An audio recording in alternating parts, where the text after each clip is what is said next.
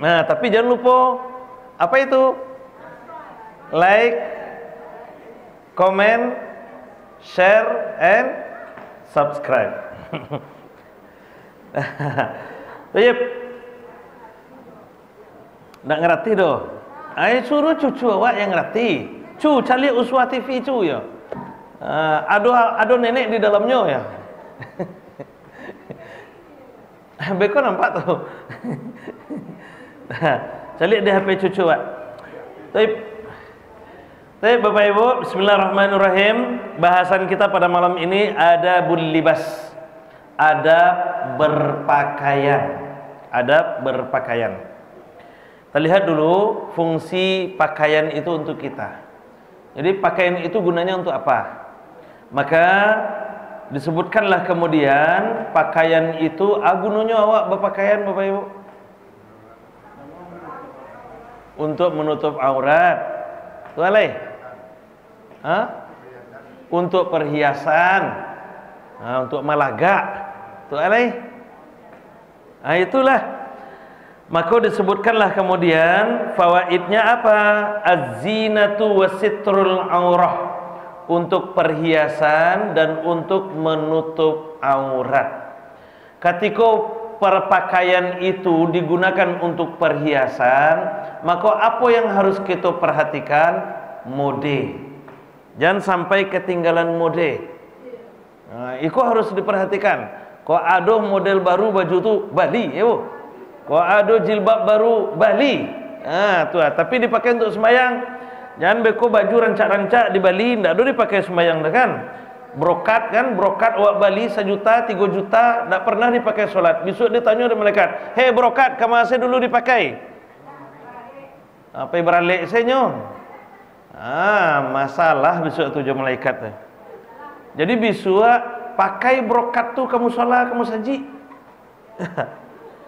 Jadi besok awak kamu sajinya pakai brokat, jangan pakai daster baun bawang tu juga kamu saji lah.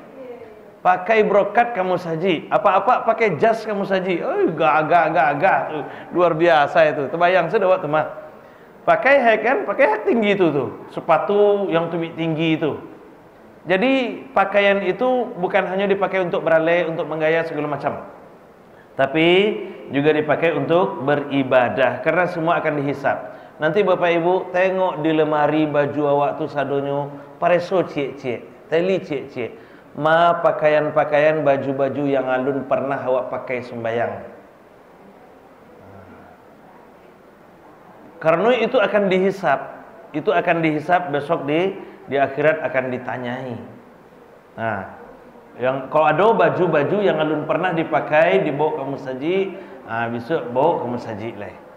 Sudah itu tuh tengok lo lemari sepatu, sepatu-sepatu yang alun pernah awak bawa pai kamu saji, yang alun pernah awak langkahkan kamu saji, maleh kaki awak, maka calik cek-cek kan panuh tu rak sepatu tu bawa kamu saji. Jadi kalau orang itu solatnya benar dan benar-benar solat dia di masjid ini, tidak akan pernah orang kehilangan sandal di masjid. Tidak akan pernah orang kehilangan sepatu di masjid. Baku gitu Ustaz, pasti kakinya akan menjadi kaki mulia. Kalau orang itu nyo kan satu kesatuan tuh Bapak Ibu. Kan ada firman Allah Pak. Innas salata tanha 'anil fahsya'i wal munkar. Sungguh dengan solat itu akan mencegah dia dari perbuatan keji dan mungkar, mengontrol diri kita itu dari perbuatan keji dan mungkar. Maka logikanya Bapak Ibu, kalau dia seorang muslim itu benar-benar sholat dan benar dalam sholatnya, kakinya pasti akan menjadi kaki mulia. Karena dengan kaki kok dia berdiri kokoh, bertopang untuk memuji, mengagungkan, membesarkan Allah, memuliakan Allah. Maka kaki yang mulia tidak akan pernah namuah menyorongkan terompa orang sembarangan. Ya kan? Tidak akan pernah itu. Tidak akan pernah itu. Nah, itulah itu bagian sholat nanti kita bahas. Sekarang kita kembali lagi. Insya Allah akan lebih baik sandal itu hilang di masjid daripada sandal itu tidak pernah datang ke masjid. Ya Bu? Akan lebih baik sendal itu hilang di masjid daripada sendal awak balik ranca-ranca tapi tidak pernah awak bawa ke masjid. Besok dia hisab. Lanjut. Jadi apa gunanya awak berpakaian? Az-zinatu wa sitrul aurah. Ketika pakaian itu digunakan untuk berhias, maka perlu kita perhatikan mode. Adohlah kemudian jilbab nan bajanjang bantu anak tangga. Balengge, 3 lengge jilbabnya. Aduh kan Bapak Ibu kan? Aduh kemudian yang pakai anak jilbab yang miriang-miriang bantu ikhwah. Aduh juga. Aduh nama pakai gini. Yang bantu ikhwah, tuh. Biasanya bantu ikhwah tandoa tuh. Nah, tantu dah modo. Amo memperhatikan saja. Macam-macam model yang ditampilkannya kan. Nah, kemudian dulu Bapak Ibu, waktu baru-baru keluar peraturan daerah pada tahun 2000 bahwa semua siswa dari SD, SMP, SMA yang muslimah wajib pakai jilbab. Pernah dengar peraturan itu kan? Dulu 2000 itu keluarnya tuh. Sejak itu luar biasa. Anak gadis-gadis hawa dari SD sampai SMP, SMA tuh ke sekolah awalnya pakai rok pendek, pakai baju pendek pun kemeja. Baju pendek kemeja, pakai rok pendek. Waktu itu angkutan yang jadi primadona, mohon maaf, angkot sama bis kota. 2004. Angkot sama bis kota. Naik angkotnya mohon maaf, kironya aduh lonan, mohon maaf. Orang angkot ko yang apa namanya ko? Galir ya. Nyoceper kan sampai duduknya tuh, Pak. Nyoceper kan sampai duduk. Duduklah anak gadis hawa di situ. Di mukonya duduk preman-preman tangguang. Apa kecek preman tadi? Kok kadi caliak badoso, ndak dicaliak rugi. Di mukoinyo. Nah, sia yang jadi korban anak gadis hawa. Anak gadis hawa Bapak Ibu. Nah, alhamdulillah setelah keluar perda itu, padahal jauh sebelumnya 1400 tahun yang lalu sudah turun ayat. Ya ayyuhan nabi, qul li azwajika wa banatika wa nisa'il mu'minin yudnina 'alaihinna min jalabibihinna dzalika adna ay yu'rafna fala yu'dzain wa kana Allahu ghafurur rahima. Surah Al-Ahzab ayat 59 itu kan. Sudah turun surah Al-Ahzab ayat 59, sudah turun surat An-Nur ayat 31, 32 sampai 34 yang mengatur tentang berpakaian itu, tapi tidak dipedulikan. Keluar perda langsung berubah semuanya. Ikolah pentingnya pemimpin yang paham agama. Iko pentingnya pemimpin paham agama Bapak Ibu. Kalau pemimpin tidak paham agama, tidak peduli jo agama, tidak akannya perhatikan itu tuh. Nah itu dia. Dengan satu ketukan palu, tak selesai semuanya. Semua wanita-wanita, anak-anak gadis kita, bahkan dari SD sampai SMA, yang muslimah, yang beragama Islam, berjilbab semuanya. Bahkan Bapak Ibu 2000 itu, ambo punya siswa, ambo waktu itu ngajar di SMP 8 Balai, punya siswa 2 orang non muslim. Kedua-duanya juga pakai jilbab dan tidak ada masalah. Tidak ada masalah waktu itu. Nah, kemudian beberapa waktu yang lalu dipermasalahkan itu kembali. Setelah yang mengetuk palu tidak lagi menjadi wali kota waktu itu kan, beberapa waktu yang lalu di SMK 2 dipermasalahkan itu. Ya, anaknya berjilbab kan, non muslim dipermasalahkan. Yang dipermasalahkan kemudian perdanya. Ini perda apa ini? Perda ini tidak menjaga hak azazi manusia ini segala macam. Sampai bahkan Ibu yang prihatinnya, perda yang dikeluarkan oleh kepala daerah tingkat 2 harus berhadapan dengan 3 menteri sekaligus. Harus berhadapan dengan 3 menteri untuk menolak perda ini, untuk membatalkan perda ini. Alhamdulillah semuanya aman. Akhirnya perdanya tetap berlanjut sehingga anak-anak kita selamat. Pak Ibu, ma yang lebih senang awak mencari anak awak sebelum 2000 ampe atau kini? Kini kan tertutup semuanya, bajunya dalam, kemudian roknya dalam, pakai jilbab, tenang awak mencarinya, nyaman mata awak mencarinya. Nah, itu dia. Nah, maka yo bekecek tadi penting ternyata kepala daerah yang paham agama dan mau menjalankan misi agama itu. Nah, sehingga nilai-nilai agama itu tetap terjaga di tengah-tengah masyarakat.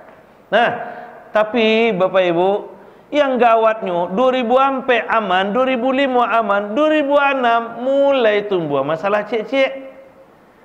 Anak-anak gadis lah disuruh pakai jilbab, lainnya pakai jilbab tuh, tapi nyo kaluan di siko seketia. Nah, nyo pakai jilbab juga. Aduh, apa namanya tuh? Jangan-jangan pelakunya udah gini. Ya, yang jadi anak SMP SMA waktu 2006 tuh, itu mungkin terlibat.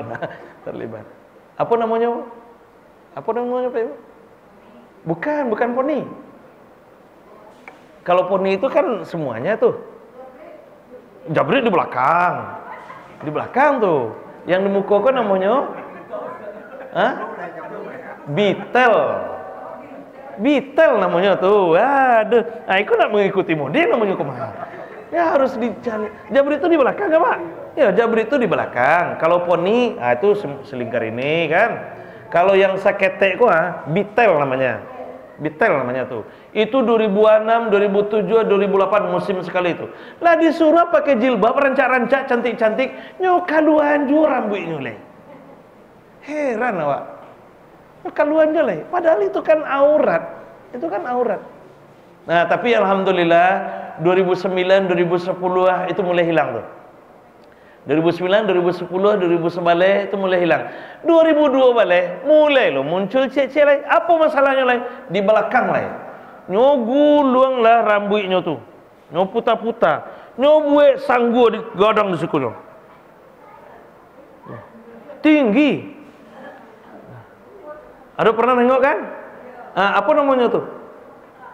Di muka namanya Bitel, di belakang yang tinggi itu Tower BTS. Ya, aneh-aneh saya yang nyukarajon. Padahal sudah ada hadis Rasulullah. Apa kata Rasulullah sallallahu alaihi wasallam? Orang yang pakai punuk onta la yadkhulnal jannah wa lam yajidna rihaha. Tidak akan pernah masuk surga. Bahkan jangankan masuk surga, mencium aroma surga saja tidak akan bisa. Yang pakai punuk onta, yang bersanggul seperti punuk onta itu. Nah, itu dia. Tapi alhamdulillah, itu kan anak-anak sekolah, anak kuliah Ustaz. Ama-ama aduh jo yang membuat perangai, lebih banyak lah ama-ama buat perangai lain. Apa perangainya? Nyo pakai jilbab panjang tuh, nyo puta-puta tuh. Bakacu isi kosodonya. Nyo puta sudah. Sudah itu tuh nyo puta kasih kokoati bo di sikonyo pasang bros sagadang kuali. Tapi si kuliah nampak juga painyo arisan majelis taklim sambil arisan di musaji tapi lihia kelihatan.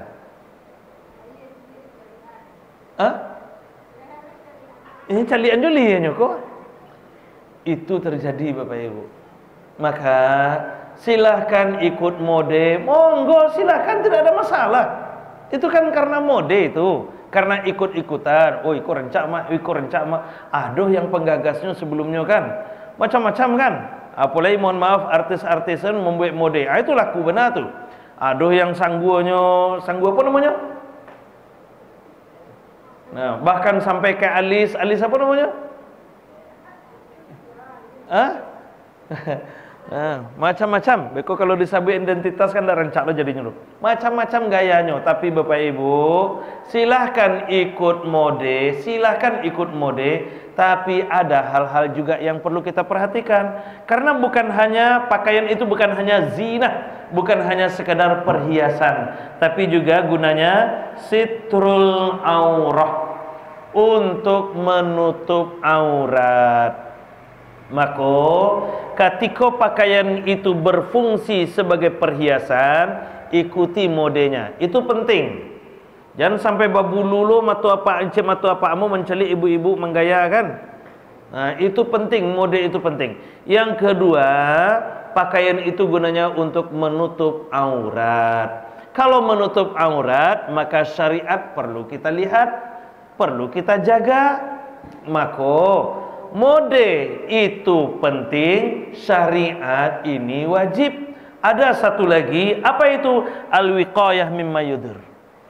Memperhatikan nanti supaya tidak diganggu di tengah-tengah masyarakat. Kan ada itu.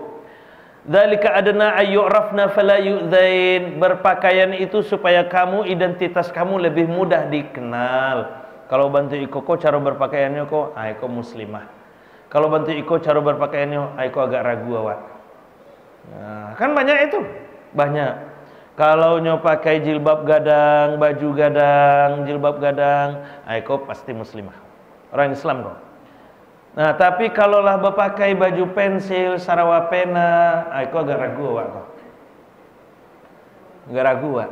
Nah, maka gunanya pakaian itu dzalika adna ayyurafna, untuk supaya lebih mudah dikenal. Fala yu'dzain, supaya tidak diganggu.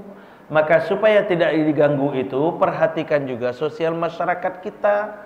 Maka memperhatikan sosial masyarakat ini perlu. Ini perlu. Jangan sampai beko awak berpakaian lewat di simpang jadi bahan pergunjingan de ibu-ibu tu sedang membeli sayur. Ibu-ibu tu sedang kumpul-kumpul membeli sayur. Lewatlah anak gadis tadi pakai baju pensil sarawa pena. Anak gadis si anu kuat. Lai pakai baju tapi entahlah. Jadi bahan pergunjingan. Badoso orang gara-gara awak. Kalau orang berdosa gara-gara awak, berarti awak dapet dosonya. Maka tiga tu harus dijaga. Yang pertama, mode, silahkan ikuti trennya. Yang kedua, syariat, jaga agamanya, tuntunan agamanya. Yang ketiga, sosial masyarakat. Mengikuti mode ini penting, menjaga aurat sesuai dengan tuntunan syariat ini wajib. Memperhatikan sosial masyarakat itu perlu. Ketiga-tiganya mesti sejalan. Tidak bisa secie-cie doh. Pokoknya awaklah sesuai syariat, tasarah lah orang tu, Ustaz. Tidak bisa. Harus kita perhatikan juga.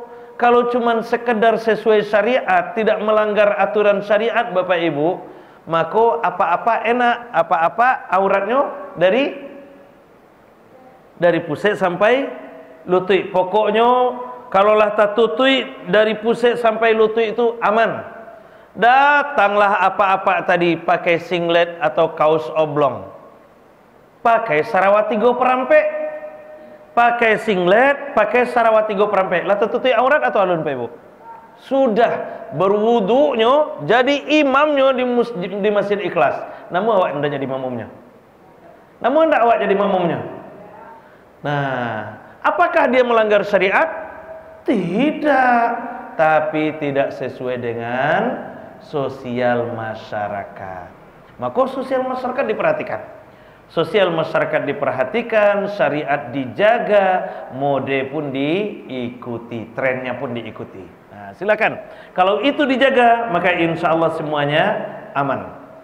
Aman insya Allah semuanya itu. Makanya disampaikanlah kemudian oleh Allah dalam surah Al-A'raf ayat 26. Apa kata Allah? Ya bani Adam, qad anzalna 'alaikum libasan yuwari sawatikum wa risha wa libasut taqwa dzalika khair. Wahai anak Adam, sungguh kami telah menurunkan kepadamu pakaian yuwari sawatikum, untuk menutupi auratmu, warisha, dan untuk sebagai perhiasan bagimu. Walibasut taqwa, dan ada pakaian takwa, dzalika khair, itu lebih baik. Maka tiga tadi harus diperhatikan. Sosial masyarakat perhatikan, kemudian modenya ikuti, kemudian syariat agama dijaga.